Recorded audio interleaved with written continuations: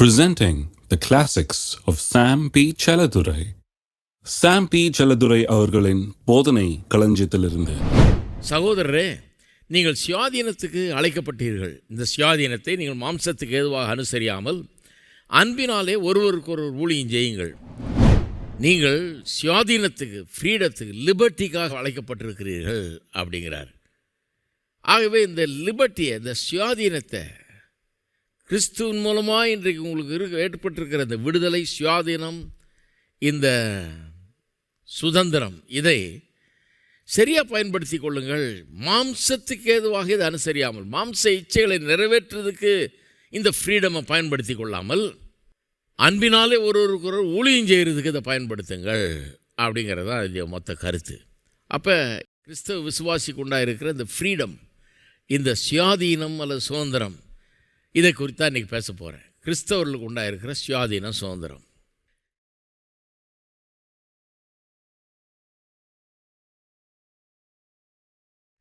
கிறிஸ்தவ சுதந்திரம் எத்தகைய தன்மை உள்ளது அதை முதல்ல பார்ப்போம். கிறிஸ்தவ சுதந்திரம் எப்படிப்பட்ட தன்மை உள்ளது? இதில் 2-3 காரியங்களை சொல்கிறேன், குயிக்காக சொல்கிறேன். ஒன்று, கிறிஸ்தவ சுதந்திரம் என்கிறது குற்ற உணர்விலிருந்து, ஆக்கினை தீர்ப்பின் உணர்விலிருந்து, அதன் மூலமாக உண்டாகிற தாழ்வு மனப்பான்மையிலிருந்து விடுதலையை நமக்கு கொடுக்கிறது. ஏன் அப்படி சொல்கிறேன்? நீங்கள் வாசித்து பாருங்கள். இங்கே 18ஆம் வசனத்தை பாருங்கள். ஆவியினாலே நடத்தப்படுவீர்களானால் நீங்கள் நியாயப்பிரமாணத்துக்கு கீழ்ப்பட்டவர்கள் அல்ல. நல்லா கவனிங்க. ரொம்ப குழப்பமான ஒரு புரிந்து கொள்ளுதல் இதை குறித்து சபையில் இன்றைக்கு இருக்கிறது. ஆவியினால் நடத்தப்படுவீர்களானால் நீங்கள் நியாயப்பிரமாணத்திற்கு கீழ்ப்பட்டவர்கள் அல்ல. இந்த அர்த்தம் என்னங்க? நியாயப்பிரமாணத்துக்கு நீங்கள் கீழ்ப்பட்டவர்கள் அல்லன்னா என்ன அர்த்தம்? நிறைய பேர் என்ன சொல்லிடுறாங்க தெரியுமா? நியாயப்பிரமாணத்துக்கு நீங்கள் கீழ்ப்பட்டவர்கள் அல்லன்னா கொலை செய்யாது இருப்பாயாக நியாயப்பிரமாணம் சொல்லுது. இப்போ செய்துக்கலாம், அதெல்லாம் ஒன்றும் தப்பு கிடையாது. விபச்சாரம் செய்யாது இருப்பாயான்னு சொல்லியிருக்கு. இல்லை, சில நேரத்தில் செஞ்சுக்கலாம், இப்போ பரவாயில்ல விடு. ஏன்னா இப்போ கிரேஸ் வந்துருச்சு.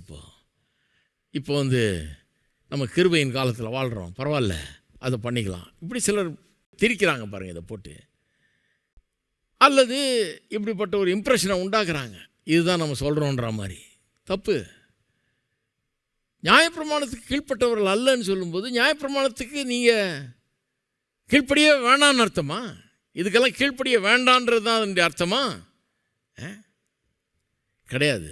என்ன சொல்ல வருது? எந்த விதத்தில் நீங்கள் கீழ்ப்பட்டவர்கள் அல்ல.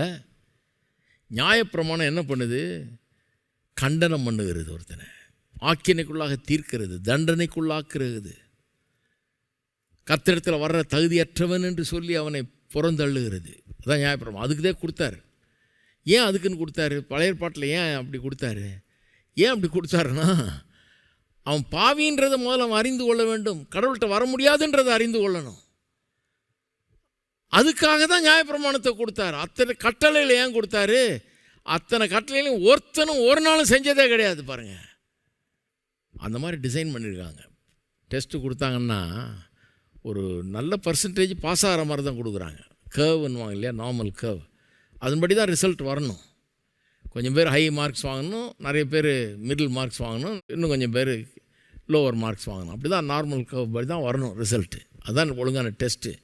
இவர் கொடுக்குறாரு டெஸ்ட்டு, எல்லாருமே ஃபெயிலியர், ஃப்ளாட்டாக, அவ்வளோதான், முடிஞ்சு போச்சு. எல்லாம் ஒருத்தங்க கூட பாஸ் கிடையாது, எல்லாருமே.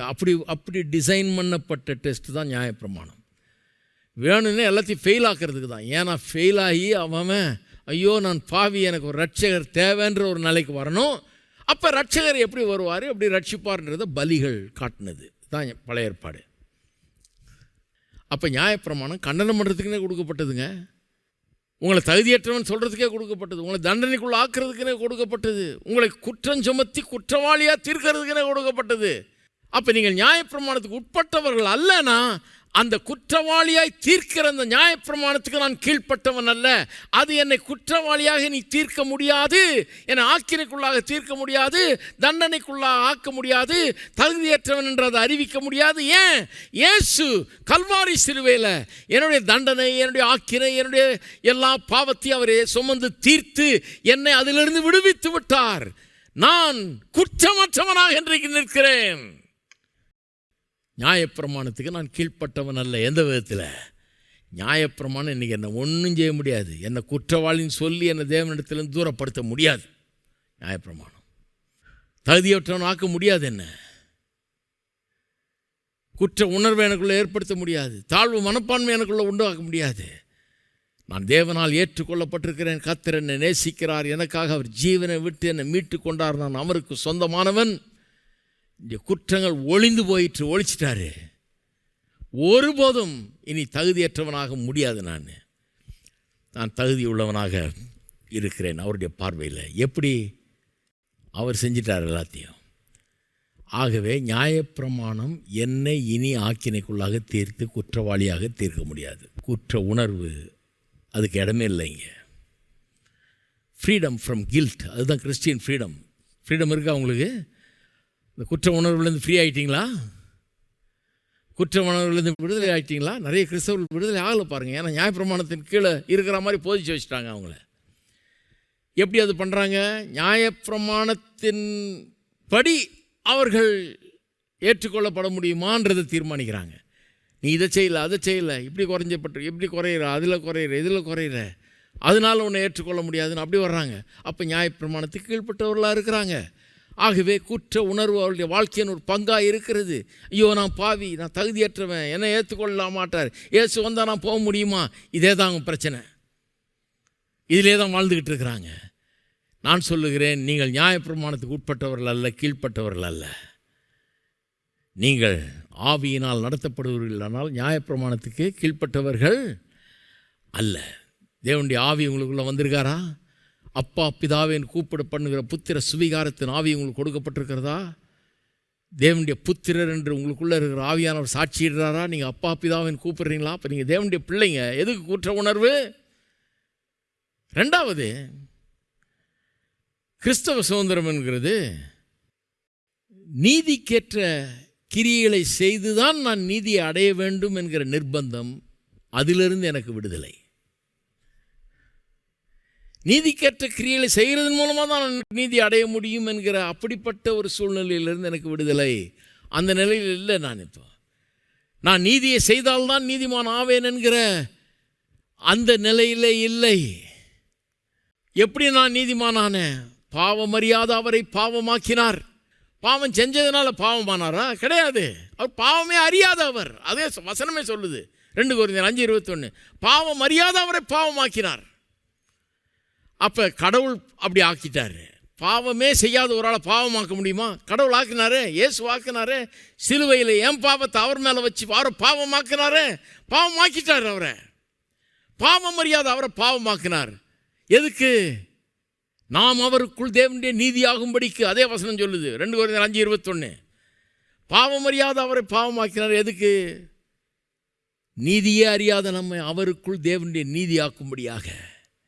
பாவம் அறியாத அவரை அவரால் பாவமாக்க முடியும்னா நீதியே அறியாத என்னையும் நீதியாக்க முடியும். நீதினா என்னன்னு தெரியாத என்ன, நீதியே செய்திராத என்ன, நீதியின் கிரியிலே கொண்டு வராத என்ன நீதிமானாக ஆக்க முடியுமா? ஆக்கிறார். கடவுளுடைய செயல் அது. அவர் ஆக்கிட்டார். ஆகவே இன்றைக்கு நான் நற்கிரியைகளை செய்கிறேன். ஆனால் இதை கொண்டு ஆண்டவரை திருப்திப்படுத்துறதுக்காகவோ, இதை கொண்டு ஆண்டவரால் ஏற்றுக்கொள்ளப்படுவதற்காகவோ, இதை கொண்டு ஆண்டவருடைய தயவை தேடுறதுக்காகவோ, நான் செய்கிற நற்கிரியை கொண்டு ஆண்டவர் என்னை ஏற்றுக்கொள்வார் என்ற எண்ணத்தில் நான் செய்கிறதில்லை. அந்த நிர்பந்தம் எனக்கு கிடையாது. அதிலிருந்து விடுதலையாகிவிட்டேன். நியாயப்பிரமாணத்துக்கு கீழ்ப்பட்டவன் அல்ல நான். ஏன்னா ஆவியில் நடத்தப்படுகிறேன். தேவ ஆவியானவர் எனக்குள்ளே இருக்கிறார். அவர் என்னை நடத்துகிறார். அப்பா பிதாவே என்று அவரை கூப்பிடுறேன். ஆகவே எனக்கு நியாயப்பிரமாணத்தின் கிரியைகளை செய்துதான் நான் நீதிமானாக ஆக்கப்பட வேண்டும் என்கிற நிர்பந்தம் கிடையாது. அப்படிப்பட்ட ஒரு நிலையில் நான் இல்லை. அதிலிருந்து நான் விடுதலை ஆக்கப்பட்டிருக்கிறேன். அதாவது இப்படி சொல்கிறேன், அது நல்லா வழங்கும் பாருங்கள். அதாவது I am free from the necessity of being perfect. பர்ஃபெக்டாக இருக்கணும் அப்படிங்கிற அந்த கட்டாயத்திலிருந்து நான் விடுதலை ஆக்கப்பட்டிருக்கிறேன். நல்லா புரிஞ்சுங்க. பர்ஃபெக்டாக நிறைய பேர் இதில் பாடுபடுறாங்க பாருங்கள், நொந்துட்டாங்க நிறைய கிறிஸ்தவர்கள். பர்ஃபெக்டாக இல்லையே பிரதர், நான் பர்ஃபெக்டாக இல்லையே, ஏசு வந்தால் போக முடியாத, பர்ஃபெக்டாக இருந்தால் தானே போக முடியும் சொல்லி கொடுத்துருக்குறாங்க உங்களுக்கு இந்த அளவில். சொன்னவரே போக மாட்டார். நான் சொல்கிறேன் அப்படி பார்த்தா பர்ஃபெக்டாக இல்லையேன்னு அழுதுட்டு இருக்காங்க எவ்வளோ கிறிஸ்தவர்கள். பர்ஃபெக்டாக இல்லையே அப்படின்னு. பர்ஃபெக்டாக இருக்க வேணும் என்கிற நிர்பந்தம் எனக்கு கிடையாது. அப்போ தான் ஏற்றுக்கொள்வார், அப்போ தான் எனக்கு எதிர்காலம் உண்டு, அப்போ தான் நான் போக முடியும், அப்போ தான் நான் மோட்சம் அடைய முடியும், அப்போ தான் அவரோட கூட கிடையாது. நான் பாவியாக இருக்கும்போதே எனக்காக சிலுவையில் மரித்து என்னை அவர் ஏற்றுக்கொண்டார். நான் அவ்வளோ பர்ஃபெக்ட் கிடையாது. நீங்களும் நானும் இன்றைக்கும் கூட 1000 தப்பை பூத கண்ணாடி வச்சு பார்த்தா நிறைய தப்பு தெரியுங்க. வெளியே பேசலாம்.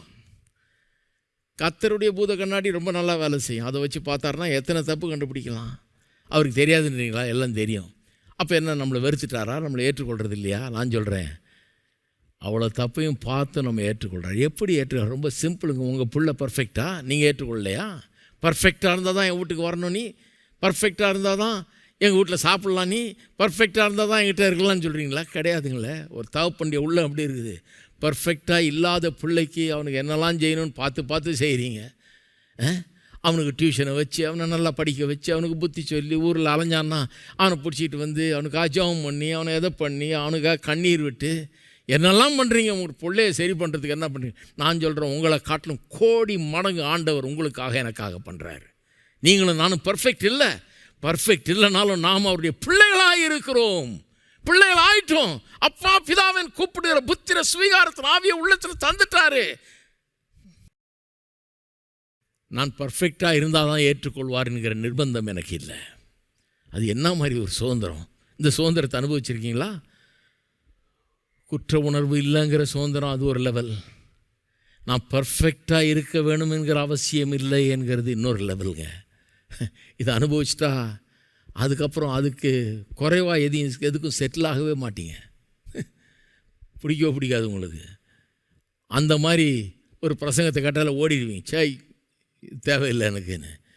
நான் பர்ஃபெக்டாக இல்லாமட்டாலும் ஆண்டவர் என்னை நேசிக்கிறார். என்னை பர்ஃபெக்ட் இல்லாதவனை எடுத்து பர்ஃபெக்ட் ஆக்குற வேலையில் அவர் இருக்கார். நிச்சயமாக்கிடுவார் அவர். ஏன்னா அவரால் கூடாத காரியம் ஒன்றும் கிடையாது. நிச்சயமாக்குவார். இருக்கீங்களா? அதுக்குன்னு நான் என்ன வேணால் பண்ணிக்கலாம்னு அர்த்தம் கிடையாது. நான் அவரை பிடிச்சிட்டு இருக்கேன், அவரை நம்பிக்கிட்டு இருக்கிறேன். அவர் எனக்கு உதவி செய்கிறாரு. நான் பர்ஃபெக்டாக இல்லாத நேரத்தில் நான் பிள்ளை இல்லைன்னு கிடையாது. அந்த அப்பாட்ட தான் போகிறேன். அவரை கேட்குற, ஆண்டவரே என்னை மன்னியும், எனக்கு உதவும், என்னை சீர்திருத்த எனக்கு உதவும் கர்த்தாவே, என்னை மாற்றும், எனக்கு பலனை தாரும் அப்படின்னு கேட்க இன்னும் அதிகமாக வெற்றியில் வாழும்படியாக உதவி செய்கிறாரு. அதுதான் கிறிஸ்தவம். ஃப்ரீடம். அது ஒரு ஃப்ரீடம். பர்ஃபெக்டாக இருந்தால் தான் ஏற்றுக்கொள்வேன்ற அந்த நிர்பந்தம் கிடையாது எனக்கு. நீதியின் கிரியை செய்து தான் நான் ஏற்றுக்கொள்ளப்பட முடியும் என்கிற நிர்பந்தத்திலே நான் இல்லை. அதிலிருந்து விடுவிக்கப்பட்டிருக்கிறேன்.